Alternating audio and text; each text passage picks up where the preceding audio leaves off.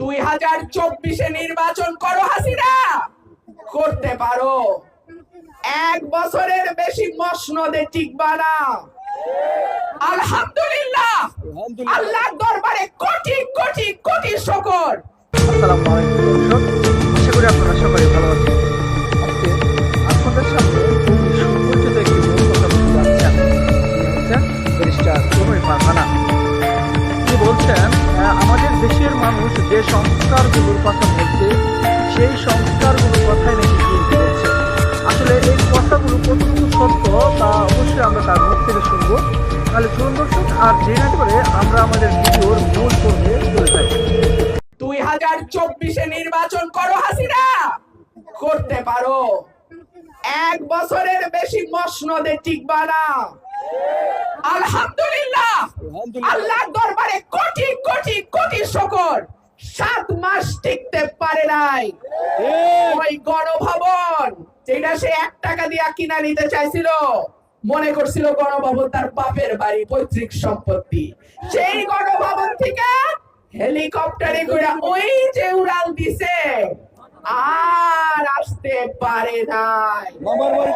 এবং আমরা যদি ঐক্যবদ্ধ থাকি, আমরা যদি একত্রে থাকি, আমরা যদি সঠিক মানুষকে রাজনীতিতে নির্বাচিত করতে পারি, ইনশাআল্লাহ বাংলাদেশে আর দ্বিতীয় হাসিনা আমরা তৈরি হইতে দিব না।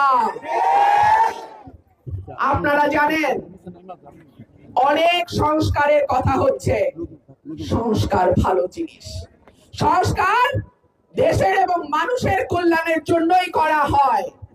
তবে এইটুকুও মনে করায় দেই, প্রথম সংস্কারের কথা বলেছিল দেশনেত্রী বেগম খালেদা জিয়া 2016 সালে, যখন তিনি ভিশন 2030 বলে একটা দলিল প্রকাশ করেন।